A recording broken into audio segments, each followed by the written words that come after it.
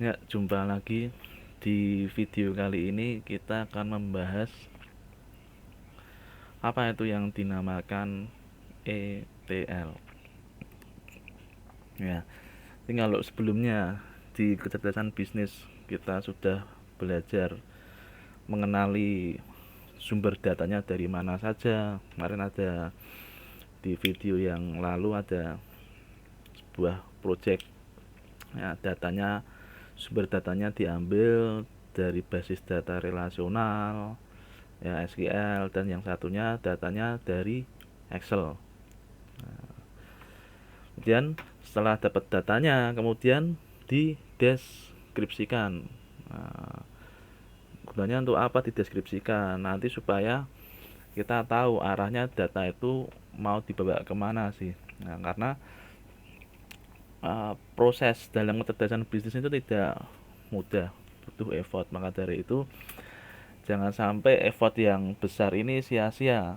Sia-sianya tidak menjawab pertanyaan dari atau tidak menjawab kebutuhan bisnis dari sebuah organisasi. Nah, jadi setelah dideskripsikan terus apa lagi? Nah, proses setelah pendeskripsian data itu adalah proses ETL. Nah, apa itu ETL dan gunanya buat apa saja? Tahapannya seperti apa? Yuk kita bahas di slide berikutnya. Ya. Nah, jadi ETL, ya, jadi tadi sudah saya singgung, ya. Setelah memilih sumber data, kemudian datanya sudah dapat nih, ya, kemudian diperas. Nah, atau bahasa kerennya diekstrak. Nah, ini ada gambaran ini, ya. Setelah mendapat kain, kemudian diperas, keluar airnya. Setelah memperoleh jeruk diperas, maka keluar sari-sarinya. Gambarnya seperti itu. Nah, karena kalau baru jeruk saja dalam masih bentuknya seperti jeruk ini belum diperas, maka kita tidak bisa memanfaatkan sari-sari jeruknya. Ini sama. Data kalau belum diekstrak, kita belum bisa memperoleh keuntungan dari data tersebut. Nah, ekstraksi itu merupakan bagian dari proses yang dinamakan ETL. Apa itu ETL? Ini ya, extraction, transformation, load. Ya, jadi mengirimkan, ya, data yang sudah terekstrak, yang sudah diperas, ETL. Ya, jadi ada data kemudian diekstrak, diambil sarinya. Kan tidak semuanya dari data itu kepakai, ya. Kalau bisa kepakai semua ya syukur, berarti effort usaha dari ETL semakin sedikit. Nah, tapi kalau data yang biasanya ada itu dalam tanda kutip data sampah, kan kita harus memilih dulu mana data yang bisa dipakai, mana yang tidak, ya, supaya bisa diekstrak. Oke, berikut gambar diagram dari proses ETL, extraction, transformation, load. Nah, ini kalau kita perhatikan ada, kita bagi menjadi berapa nih? 4 area, ya. 4 area. Area yang pertama dari data source, area yang kedua staging area yang ketiga presentation, dan yang terakhir analisis. Nah, jadi tidak semudah itu ada data dan informasinya ada. Nah, tapi ada proses-proses di dalamnya. Dan ini ada sumber data, ada snapshot dan delta. Ini apa nih? Nah, yuk kita bahas, kita kupas satu persatu. Ya, dari data source dulu. Mana data source ini, ya? Nah, di sini sumber datanya ada dua, ya. Pertama dan kedua. Jadi datanya disiapkan dulu, yang akan diekstrak. Ya. Di datanya sudah disiapkan. Nah, di sini ada data yang modelnya snapshot, ada yang deltas. Nah, apa itu loh? Lah kemarin yang di video sebelumnya datanya kan dari Excel. Nah, ini kok ada snapshot, ada deltas, apalagi nih? Nah, jangan bingung ya.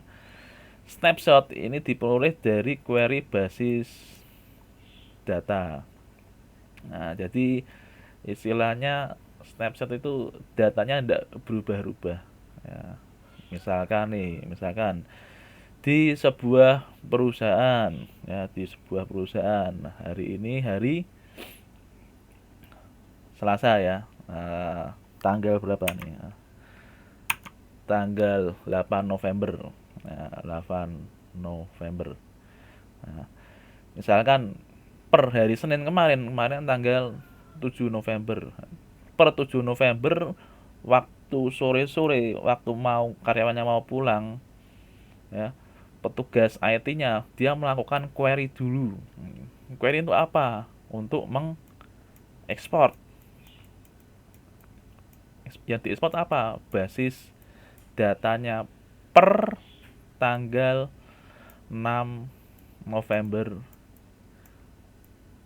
2022. Nah, jadi ada database, ya, database transaksi keuangan diekstrak per tanggal ini menjadi file ekstensinya SQL. Nah, kalau yang belum tahu caranya mengekspor database itu seperti apa, bisa cek ya di video di channel ini ya. Saya sudah pernah bikin cara ekspor basis data lah. Jadi yang disebut snapshot yaitu data per tanggal ini. Nah, kalau sekarang tanggal 8 November datanya gimana? Ya sudah, biarkan aja itu data untuk operasional. Nah, kita dalam kasus ini ya yang digunakan hanya sampai 6 November. Nah, itu yang dinamakan snapshot. Nah, kemudian deltas. Nah, deltas ini apa? Deltas ini bisa didapat dari log basis data. Dari basis data itu mengeluarkan file yang isinya log ya. Basis data ngapain, jam sekian, tanggal sekian, export, query, yang lain-lain, DDL, data definition language, DDN, data manipulation ya, language ya, DML dan lain sebagainya. Ini data log ini bisa juga diekstrak. Nah, dan bisa juga menggunakan sumber data yang lain yang di video sebelumnya sudah kita bahas, yaitu menggunakan Excel. Bisa juga.